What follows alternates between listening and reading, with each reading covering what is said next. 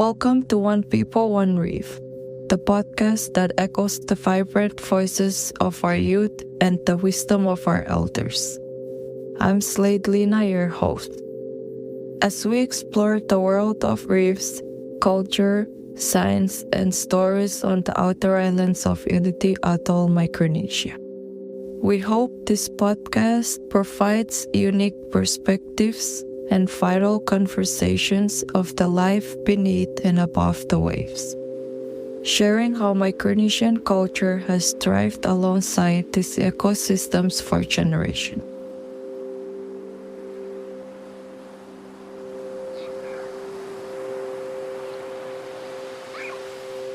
I have that responsibility to continuously maintaining as much as we can on the culture. Those people in Hawaii and in the US will say, keep our islands the way it is. But they cannot just be telling us that because we're also working hard to figure out a way to survive in these islands. I think that we have to be purposeful on the approach. It's easy to criticize what's wrong or what can be done. All our kids, for example, are on their cell phone or limited internet here. We have some of those. We're exposed to some of those bigger country issues, a small country like this. I'm scared to say to adapt to it because then we will forget everything. Like you hear people say, the world is changing, we should change along with it. And I guess if we change along with it, then that would mean we're gonna forget everything from our culture. You have just heard the voices of Tordi from Firarap, Makul, a community leader on Firarap, and Faustino, a council member on Yap. In this episode, we'll delve into their perspectives and hear from other community members on how the external influences affect our island's way of life. People don't really want to learn the old ways. They just want to go to the Facebook. And they had the class going on in Momo, teaching how to do a canoe. First 2 days, people were really coming and learning. But then they started running away, never show up. We won't survive without our knowledge. Nobody will be able to catch fish or because they lost all the knowledge. It's a certain way of doing seasonal things, fishing and gardening. Nobody learns that.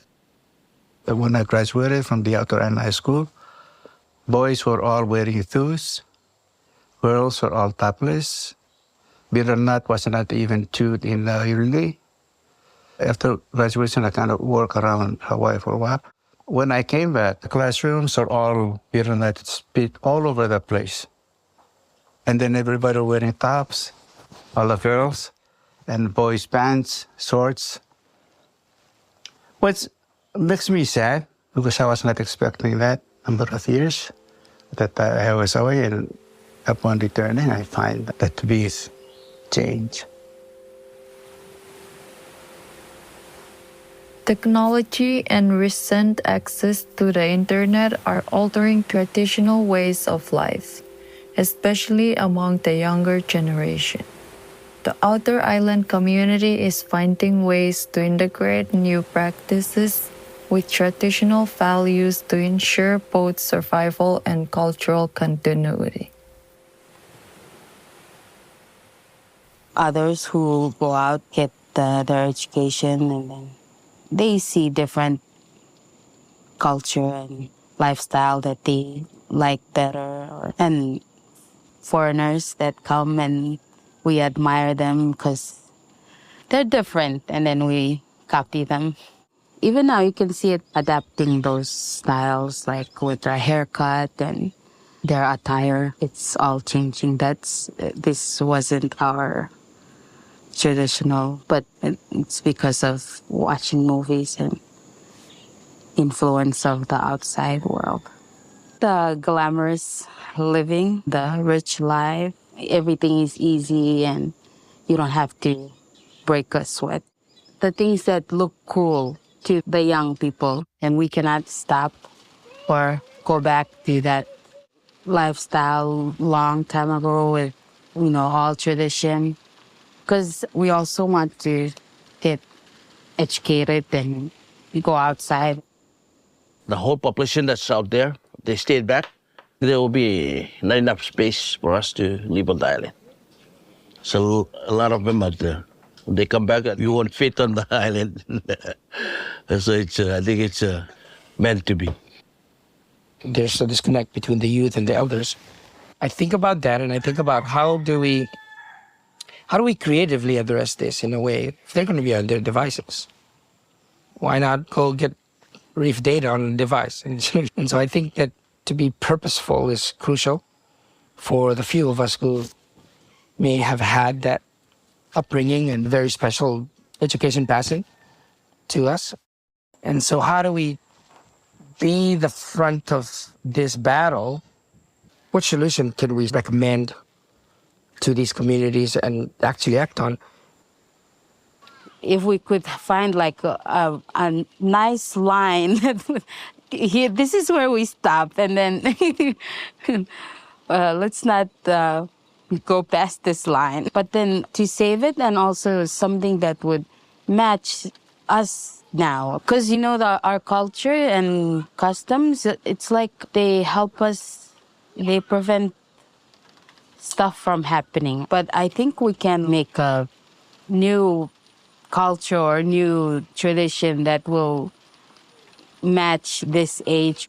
The old customs and traditions, I'm not saying they're not good, or I'm just saying that it's going to be hard to, maintain it. There's some that we already forgot. So if there was one possible solution that would just hold on to what we have now, and then it would also match the life that we have today. External economic pressures and illegal fishing are adding layers of complexity to the challenge of maintaining cultural practices and effectively managing our natural resources. We cannot continuously bring something that is not the way to do things. The reason why I came back is because when I left, sometimes they call you, the man, your uncles, your relatives, they tell you to go and come back. And then you take that big rock and put in front of your chest and remember your island and your people. Otherwise, what I see now is people are going separate ways. I'm beginning to see that if we don't do anything, that something may happen. Other people from elsewhere that are coming into the lagoon, because we're just sitting on the islands and we don't know what they're doing on the reefs and outside the reefs. So Chinese and Taiwanese, Japanese companies do the fishing here. So what I'm telling them is that even the chief of the federation cannot by himself say yes. He has to go to the council first, and the council say yes. It's really up to the chief of the federation whether to say yes or no. Nobody comes here and do anything without going through the proper channel, which is going through the council of Tamil. So that we understand, because sometimes they just go for the money that they bribe them with. It's going to be in millions and thousands of dollars. What they bring back to China with $20 is what they pay the chief, or a sack of rice and 2 kgs of ramen. Right now, it's very hard to control.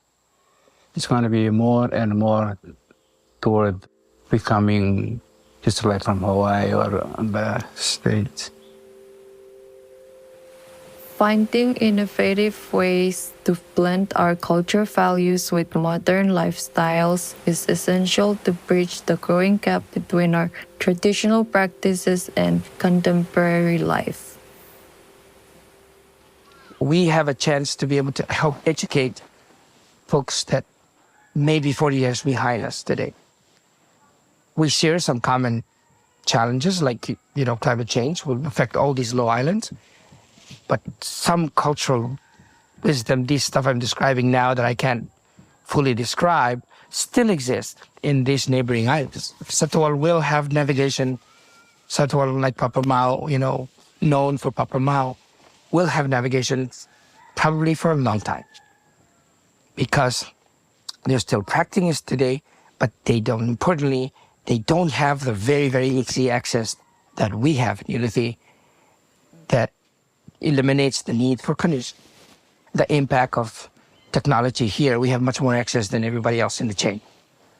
And so I think we have all of that as a case study and then an opportunity to bridge, not only bridge, but help now with programs or projects like we're doing. How do we get creative to be able to communicate and reach the younger generation in a way that can maybe transfer the same value system or same special connections in some way that would speak to them? How do we reach a generation that would accept and react to that, whatever medium or approach? I will die trying, that's for sure.